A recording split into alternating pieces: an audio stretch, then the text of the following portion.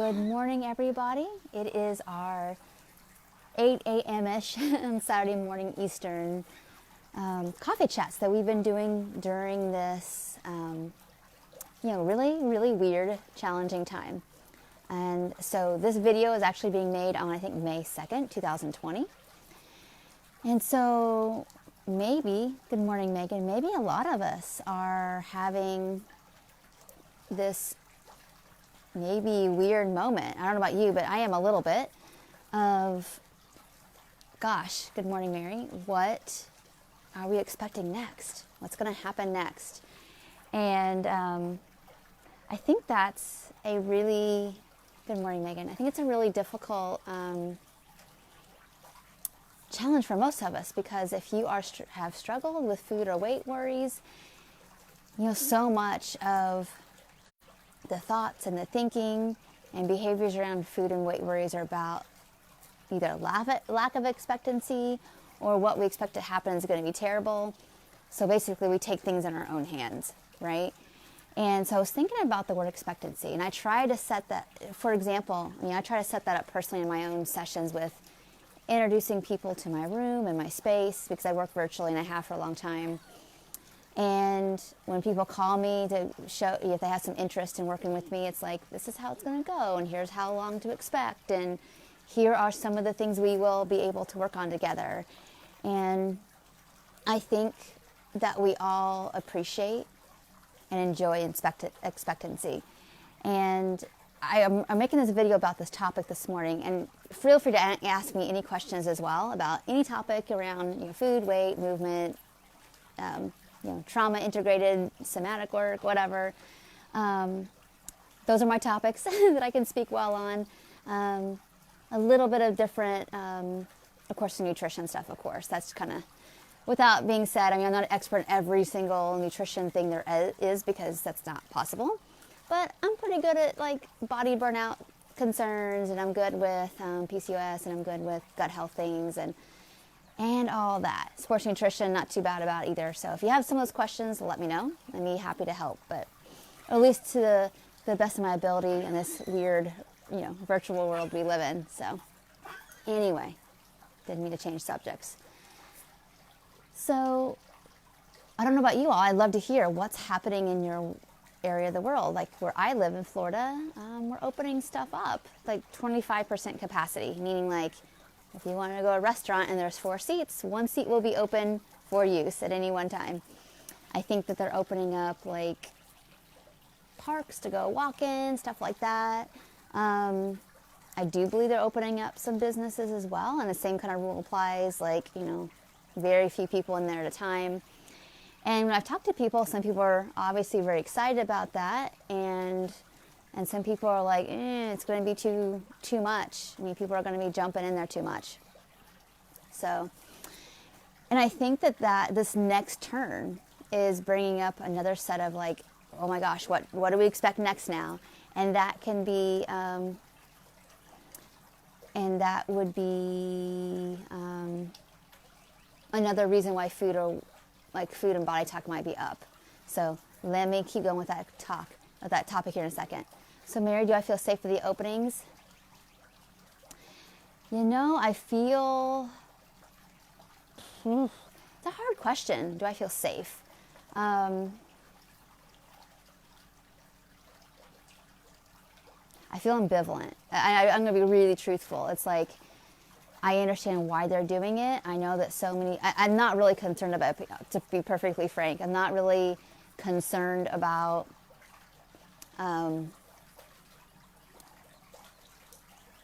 people's lack of entertainment. I don't think that's a good reason to open stuff up. I understand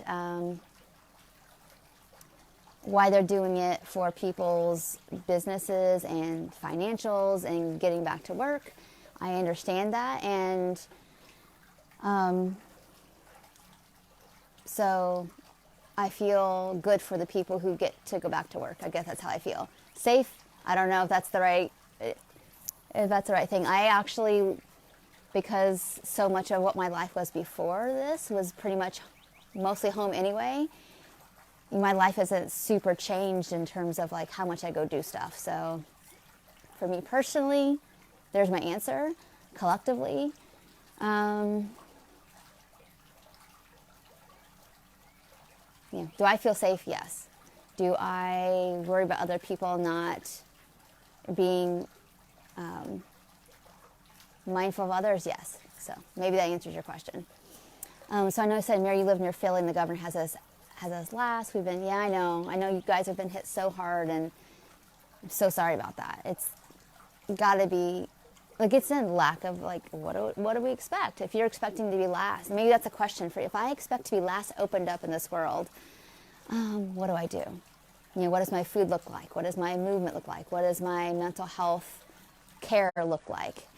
And those are the things we're talking about. So today I was going to talk about, like, when you don't know what to expect in life, whether you'll get the job, whether you'll get the house, whether you'll see people you care about this weekend or talk to them on the phone. If you're not sure what's going to happen, if you're not sure what's going to happen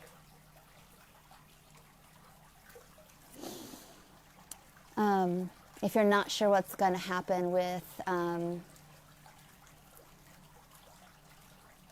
maybe 6 months from now, I think a lot of times some of the only things that we have are, can I expect from myself to each moment, each hour, each day that goes by, that my body can expect me to take care of it. And that's something that I feel like right now, that's the only one expectancy we can be certain of, is like, when I'm hungry and I have the food available, even if it's not my favorite, can I allow a bodily settling of expectancy that I'm going to get my needs met? Because that's like a real base level, right? If we don't have food security and our bodies don't have food security, then you're going to internally struggle. And this video today is about reminding you all that having your body expect that it's going to be fed regularly is really important. And that's something at a base level that we can all work on that will create some expectancy. So I'm going to stop that topic here a second and address Mary's question. I think because I've had monetary losses from my seed, it feels different for me. I know so many are struggling with a lack of work, money, and food. Yeah, and that's why it's like, I understand why we got to get, this can't last forever. It's one of those things that, for people to, continue to do life, and so I don't really begrudge that 1 second. I know people are going to disagree with me, and that's okay. And I also think this is an opportunity for us to be creative as well. So I know a lot of people who've like, well, that's not working. This job I thought was secure. What of my skills and talents that I've been given can I do that provide a service that people could benefit from? I've seen a lot of that too. So Mary said you haven't had a loss. Yeah, so I think it's different when you've got more financial security about your excitedness about things opening up versus somebody who's like, they don't know what's going to happen. Yeah. I'm going to come back to the expectancy in a second. And I do hope all of y'all have your coffee, have some tea, are in a space where it's quiet and you're not pacing and you're not walking around listening to this, because, I guess I've expected it from, I've been asking my clients to the best of their ability. If they're pacing, can you stand and talk to me? If you're standing, can you sit and talk with me? But I think it's important that we teach ourselves how to feel how we feel as we're seated and not check out. I think it's a really important skill that we're all learning right now. So Emily says, we never ate out before, so it's weird. I'm so tired of the foods at home. Tell me about it. One of the exciting things about hearing from other people all over the place that things are like, oh, this bagel shop opened and I was the only one in the store, but it was really awesome, is that just seeing food that you didn't cook is exciting for people. And I think that 100% gives us, if you learn nothing else from this, it's like, oh, humans are wired to eat and to enjoy food, because when we see it, we have this moment of excitement or pleasure, or the thought of it seems great, even if we don't want to eat that exact food. Maybe it's related to something else, like not being just a browser. Yeah, I haven't been in public for 6 weeks. Well, I'm okay with that. Not much has changed. I can't figure out why nothing sounds good. Yeah, because maybe you burn out what you have. I'm in total food burnout right now. I've been very open the people I talk with one-on-one, I'm like, okay, so are you in food burnout? Because I'm in food burnout. And I'm eating, of course. It's just that, like, it's not all that exciting. So I'm making actually a trip out, which I haven't done in weeks. So I get most of my stuff brought in if I can.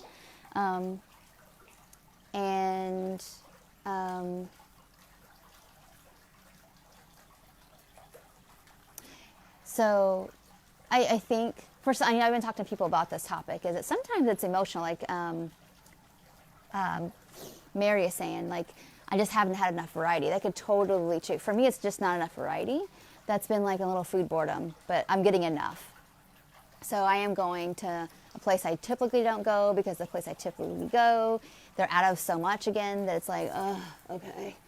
I didn't get enough of my delivery for the week, so I'm gonna have to go somewhere, which is totally fine. But I think it's just, the food boredom for me personally.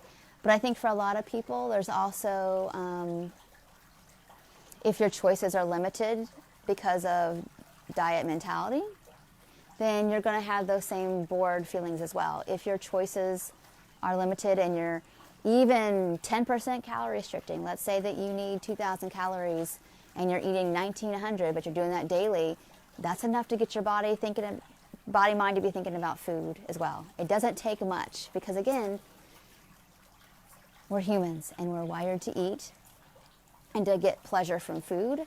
And when we have dissociated that part of ourselves off, that takes an extreme amount of energy to maintain that rift, and that's going to impact people. So, but be curious. Like Mary is saying, Emily, to like start to decode, like, when we're translating our emotions, like avoidance of feeling feelings, into, food rules, body bashing, telling ourselves we can never be okay with this body, I gotta fix it, I gotta run from it, I gotta numb from it.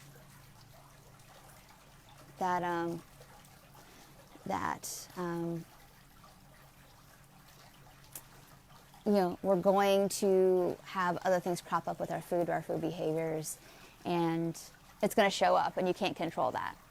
So, Mary's, you're shamed by your not cooking. Ugh. Of course, that would make me mad too, Mary. It's like everybody's doing the best they can with the food and the time and the resources and whatever they have. So, there are probably people think that I shouldn't order food because it puts people at risk who have to drive the food to me. And I'm like, you're not going to win if you rely on anybody else's, honestly, opinion. So you really just have to be as considerate to yourself and other people's health as you can, and do the best you can. And that is the imperfection of what we're living in right now, for sure. Okay. But the thing that I would hate to see more than anything is that people just don't do anything and don't try to get their needs met and just collapse, and rely back on other things that don't make sense. So Mary's and I work and I don't want to cook. My kid is, I'm sorry. Is there anything that I know that's a statement and you didn't ask for any specific, so Mary says that she doesn't want to cook and her kid's stressing her out. I hear you. Yeah. Well, Mary, does this feel like time for you right now?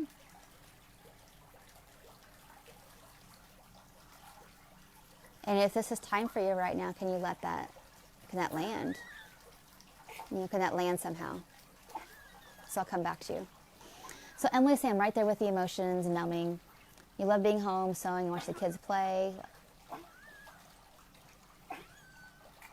Good. Yeah. So Emily, I love that you're snoozing people's probably fat-phobic diet post. Trying to be controversial for being controversy's sake. And we're not really in control.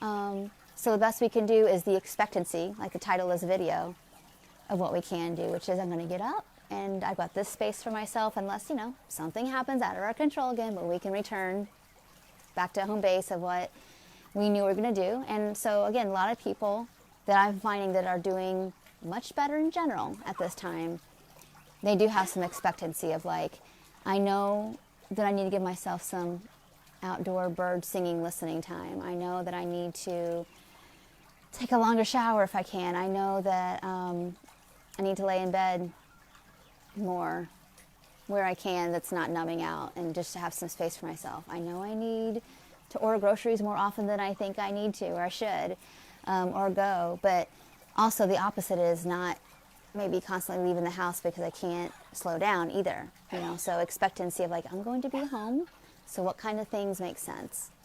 And of course with the food, it's,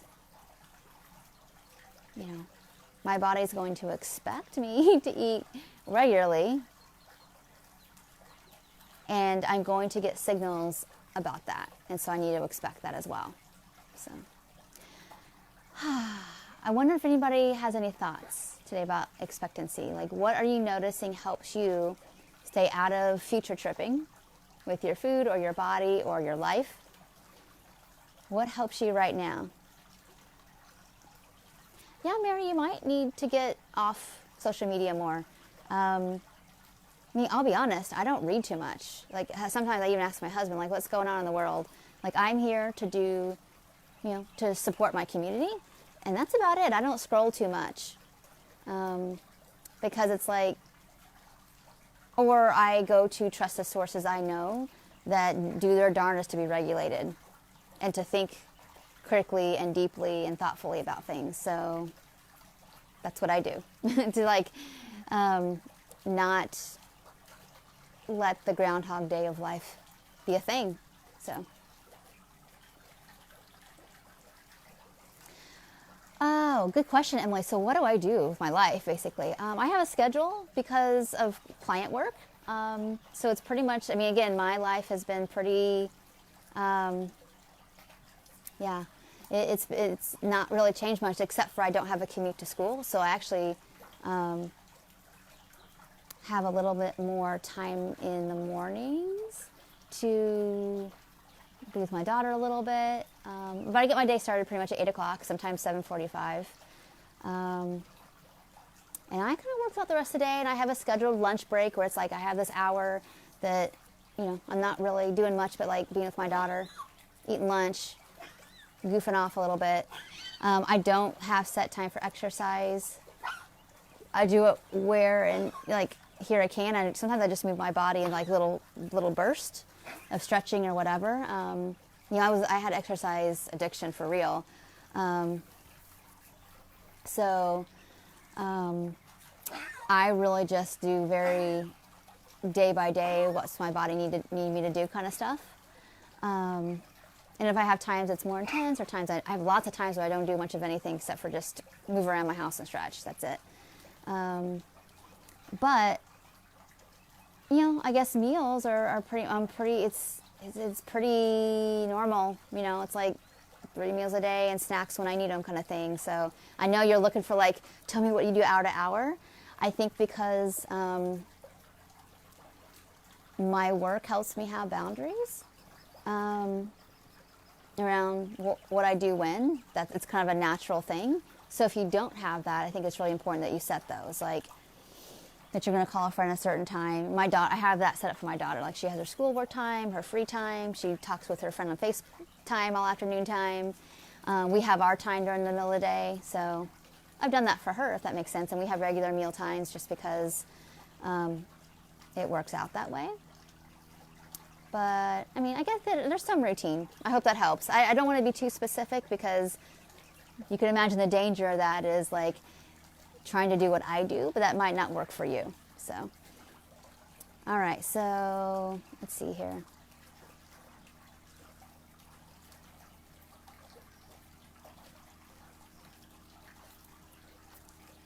Yeah, so I have morning time. Basically, I have morning time, the work block in the morning time, lunchtime, work block in the afternoon time, dinner. Sometimes there's blocks in here, there, half hours, 15 minutes. Maybe an hour if there's not something scheduled, or I'm not working on a project. But it's kind of, my day's kind of in blocks, and there's expectancy in it with appointments, but there's also little blocks here that I didn't expect, and then I do something honestly pleasurable with that time. Usually it's walk around the yard, gardening, hang out with my kid. That's about it. That's kind of 7 days a week, basically. So I hope that helps. But that does provide us a bit of expectancy of like, I know what's going to happen today. That's what's going to happen today. And so there's no room. I don't do any ruminating. I don't have any really obsessions about like, when are we going to open this popsicle stand up? Because it's like, that's not up to me. So I just go about day to, hour to hour doing what I need to do and being present and regulated for whomever's in front of me. So that's how I do it. And I do hope that you all found, I posted on Thursday this kind of handout I'm working on. It'll probably end up on Instagram or something, but and also a handout that I use with clients and professionals. But if you didn't get that, it's just a screenshot that I was working on.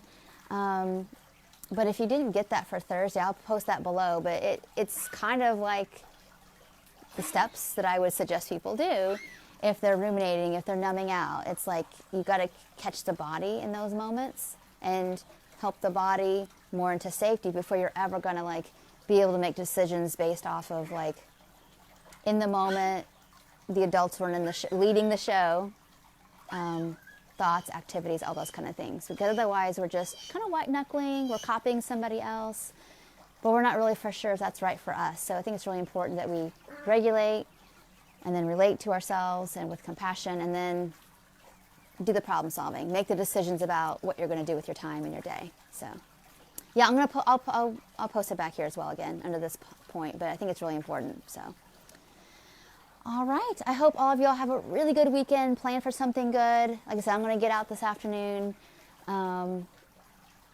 maybe do a little more, get some fabric for my kid again. I don't know, we'll see what happens, but besides the food stuff. But and enjoy the coolness while I can before it's blazing hot. I would love to hear about you all, what you're doing to put some joy, some pleasure, some rest, some important planning.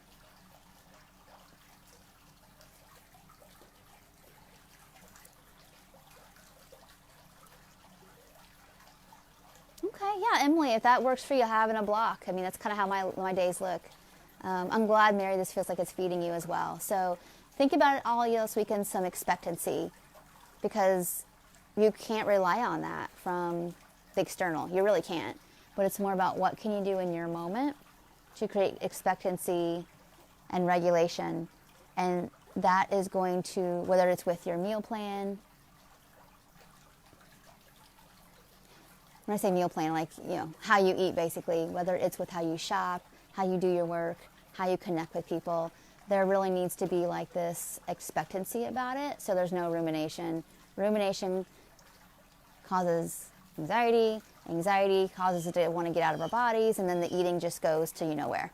So just keep that in mind and start thinking about that as well. All right, thank you all so very much, and I'll talk to you on Monday morning. And if you have any topics that feel really important to you, I kind of have an idea, it's not set in stone yet for next week's theme, but if you have some topics that you're like, we haven't talked about in a while, I'd love to hear about it. Or I need it, I really need, whether it's something very pragmatic around food, if it's movement, if it's, this whole week was about fat phobia. I hope you all enjoyed those videos. If there's something else you need, you have to say so. All right, I'll talk to y'all soon. Bye for now.